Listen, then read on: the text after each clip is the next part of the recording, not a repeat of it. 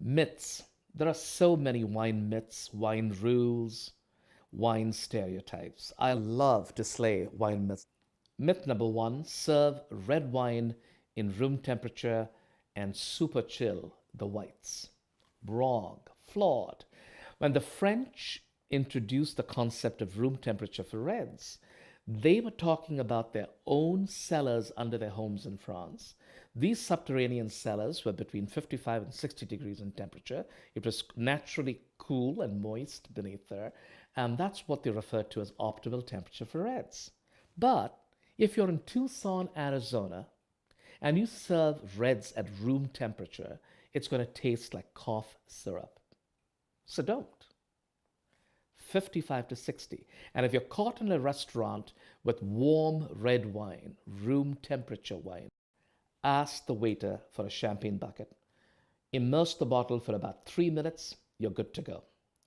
If the bucket was not offered, what may seem tacky on the surface is to grab 1 cube of ice from your water glass, introduce it into your wine glass under the table quietly for about 30 seconds to a minute max. You're back again to optimal temperature.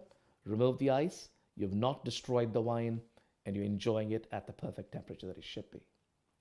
Most fish do go with white wines, especially the fish is your traditional, lightly sauteed, baked, perhaps even grilled with a butter lemon sauce. You're good to go with whites. But if you fish with a Chilean bass, very, very flavored, and with a Thai reduction, an oriental sauce, I might even consider a burgundy, a light-bodied burgundy, a pinotage from South Africa, to pair that particular fish with red. And the same thing with meats. Meats, well, typically accompanied with red wine, yes. If it's a filet mignon, there's nothing like a big red to go with it.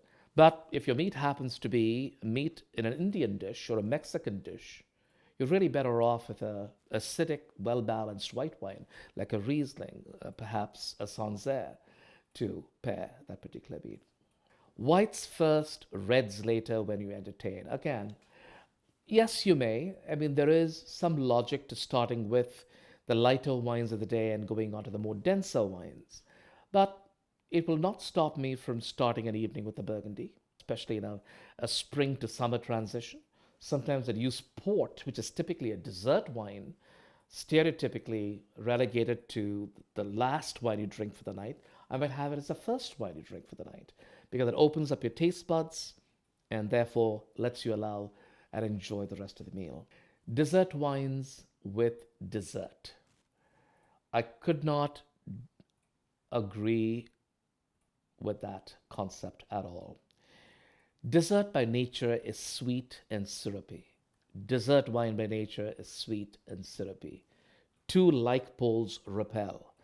I would rather have dessert stand alone with no wine accompaniment. Coffee is a much better pairer to dessert, quite candidly. But if I were to have a dessert wine, like a Sauterne, perhaps a sherry or a Bumes de Venise, I would just have it stand alone and pair it with cheeses, raw milk cheeses, at the end of the meal. The French, of course, take it to a different level. They sometimes serve salad at the very end of the meal with the dessert wine. So, dessert with dessert wine, that's a no for me. Older vintages taste better than newer vintages. I've heard that stereotype and myth in some very coveted wines and vintages, and that is true. And the prices of older vintages reflect that reality.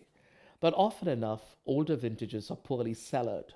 So it really depends on who owned the wine, the provenance, and who cellared it before you to make the determination. Younger wine, you're guaranteed that it's still intact. But an older wine, it could be a remarkable claret or just the beginnings of vinegar. Fine wine belongs in a formal cellar. I hear that all the time. And yes, all my life I've had formal cellars in my homes, and I've thoroughly enjoyed having those cellars and the experience of going down to the cellar. There's a whole ritual to opening the cellar door, encountering the change in temperature, picking a bottle of your choice, and going back to your guests. I get that. But if you did not have a formal cellar, you can do with a wine fridge, or Even store it in a cool, dry place at your home, perhaps a basement, as far as it's away from vibration, so no washers and dryers, away from light, so no ventilators or windows, and you're basically good to go.